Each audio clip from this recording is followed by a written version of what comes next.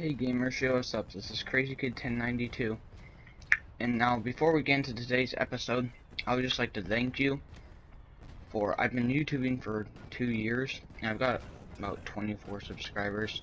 That I'm not too worried about.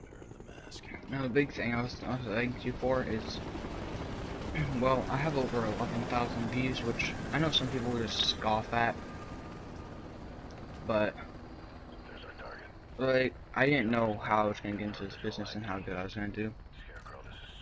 Well, I suppose it's not really business for me, it's just for fun, but thanks again. Alright, so the topic of today's episode is a bit in the style of game theory. I first thought of this when I saw Expendables 3 in theaters.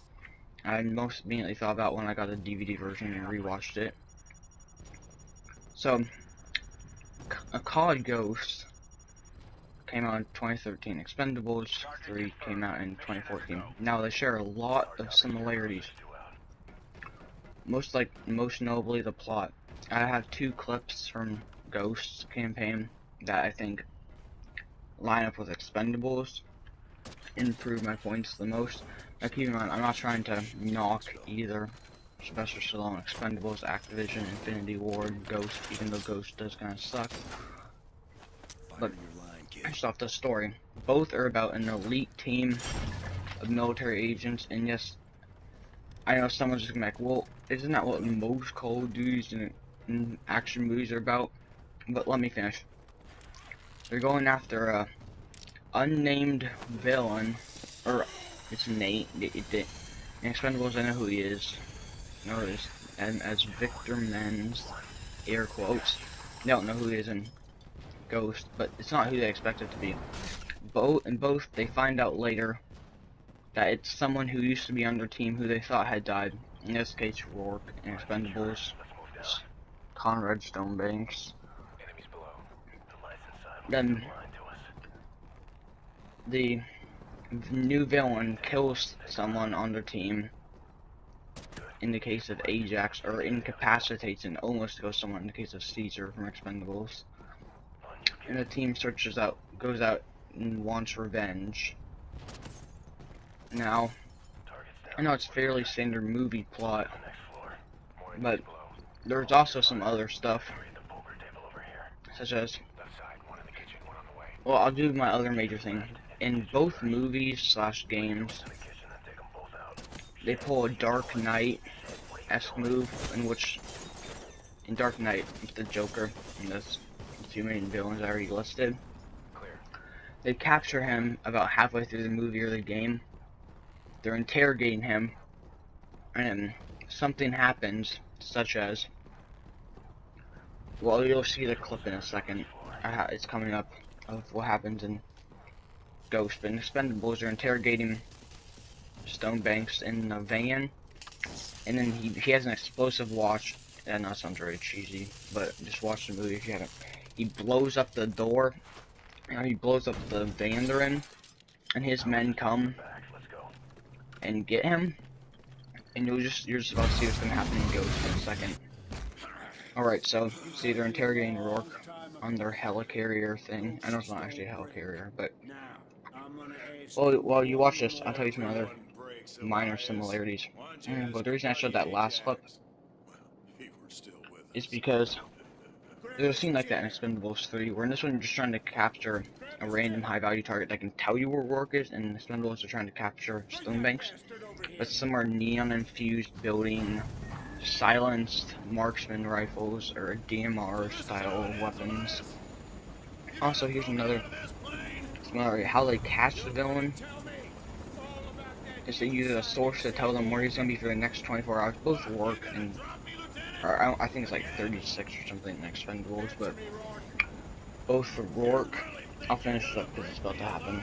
Rourke and Stonebanks are off the map most of the time, so they only have one shot to get them, otherwise they will go off the map again. That's similarity, that they're kind of ghosts in quotes, that they flitter on and off the map if it gets on to catch them. Okay, watch this. I'll explain what happens in Expendables 3. Just watch this. Alright, there's Rourke's plane Federation plane. I'm just shooting that for no reason. I'm blown backward.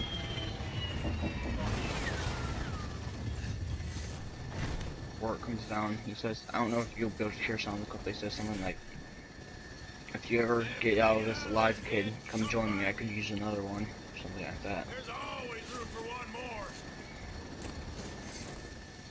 And now, the plane's about to blow up and you're gonna fall through. And when you blow up, it gets seared in half and you fall through. And crash into the woods. Similar to how in Expendables, I don't exactly remember how, but Barney somehow falls off the bridge.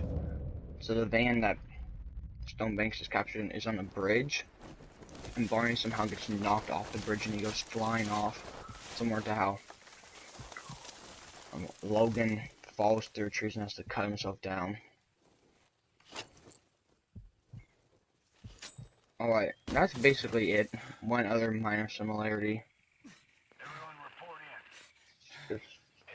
It's kind of really stupid. I say it for Glasses George Point. There's a train sequence in both of them. At the beginning of Expendables 3 when they're rescuing Doc. There's that whole thing on the train when he's going to that prison. Or in the end of Ghost. When they're trying to find Rourke and they know he's on this train. And spoiler alert, but nobody really cares about the Ghost story. They rain like those Loki or Odin missiles down on it. Here's another funny fact. Both villains, Rourke and Stone Banks, are killed in a watery area with a Magnum revolver. That's just kind of... In this one, the train falls off the tracks into water when it gets hit by the Loki or Odin strike. It falls off. And then you grab pistol bullets, put it in the shoe in water. And the other one, there's a bad one in the area, has a thin, watery surface, like a couple inches off the ground, and Barney Ross shoots them in the chest. Alright, this video's about to wrap up, but I can't iterate enough. Thanks for watching, don't forget to rate, comment, subscribe, and thanks for 2 great years of YouTube gaming. See you later, gamers.